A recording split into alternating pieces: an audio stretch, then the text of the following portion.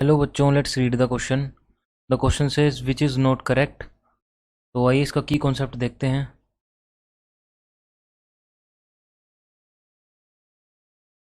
तो हमारे पास इसका की कॉन्सेप्ट होगा प्रॉपर्टीज ऑफ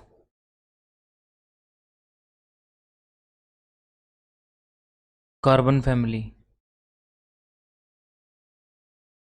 एलिमेंट्स।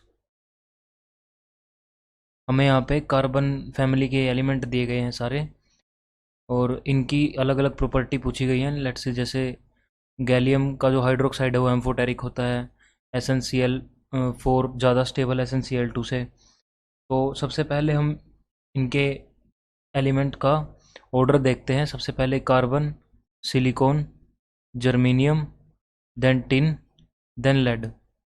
तो ये इस तरह से हमारे पास इनका ऑर्डर होता है। और जो ऊपर वाले दो एलिमेंट हैं वो वाले नॉन मेटल होते हैं,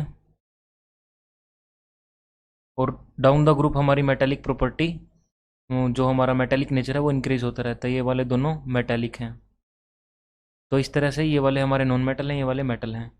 जो नॉन मेटल होंगे उनके जो ऑक्साइड हैं वो हमारे पास एसिडिक होते हैं, और जो मेटल होते हैं उनके ऑक्साइड्स हमारे पास बेसिक होते हैं। ऑक्साइड्स या हाइड्रोक्साइड दोनों ही हमारे एसिडिक होते हैं नॉन मेटल के, और मेटल के ऑक्साइड या हाइड्रोक्साइड बेसिक होते हैं। जो जर्मीनियम है हमारा वो बीच में लाई करता है, तो उसके अंदर दोनों की प्रॉपर्टीज आएंगी, यानी वो एम्फोटेरिक होगा।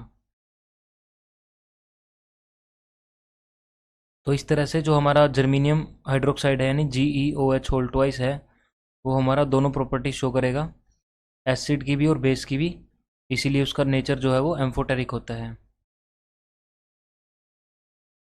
और उसके बाद जैसे हम डाउन द ग्रुप मूव करते हैं, डाउन द ग्रुप हमारा जो साइज़ है वो इंक्रीज होता रहता है।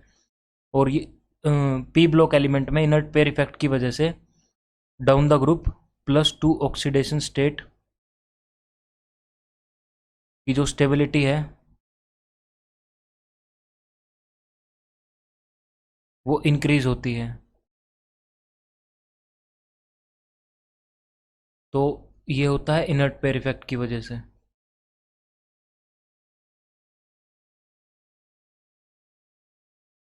तो इस तरह से इनर्ट पेयर इफेक्ट की वजह से +2 ऑक्सीडेशन स्टेट की स्टेबिलिटी इंक्रीज होती है।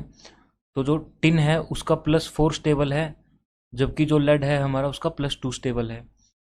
तो टिन का जो +4 है वो ज़्यादा स्टेबल है इन कंपैरिजन टू Sn2+, लेकिन लेड का 4+ ज़्यादा स्टेबल है in comparison to, sorry, lead का जो 2+ है, Pb2+ is more stable then Pb+4।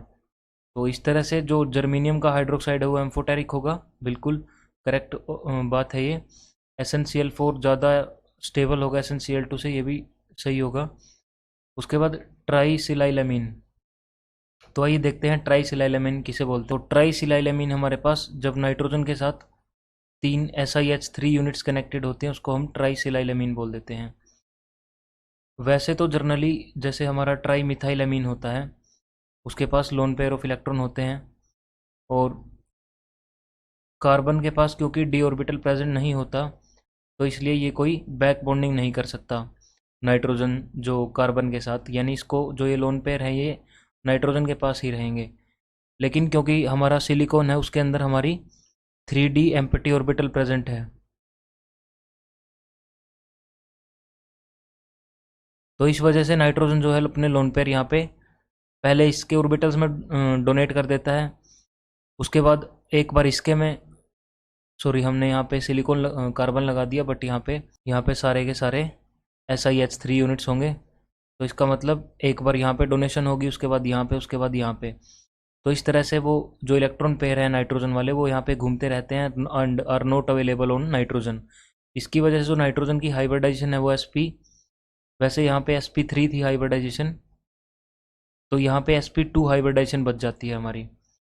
सो जो ट्राई सिलाइलामीन है उसका जो स्ट्रक्चर होगा वो प्लेनर होगा हमारा इसकी वजह से,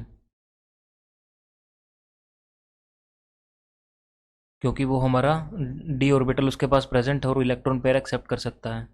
तो ये वाला भी हमारा स्टेटमेंट करेक्ट, सॉरी, ये वाली स्टेटमेंट हमारी गलत हो जाएगी क्योंकि पिरामिडल दे रखा है यहाँ पे। तो हमारा नोट करेक्ट की वजह से ऑप्शन सी करेक्ट हो जाएगा।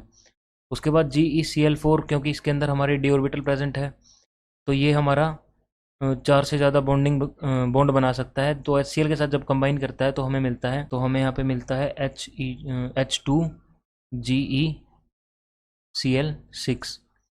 तो हमारा ये कंपाउंड बना लेता है जब जर्मेनियम टेट्राक्लोराइड HCl के साथ रिएक्ट करता है। तो ये वाला भी हमारा करेक्ट होगा। तो हमारा इसमें एक ही इनकरेक्ट बचता है। तो हमसे पूछा गया which is not correct, option C would be the most appropriate option to this question. Hope you understand the concept well, best of luck.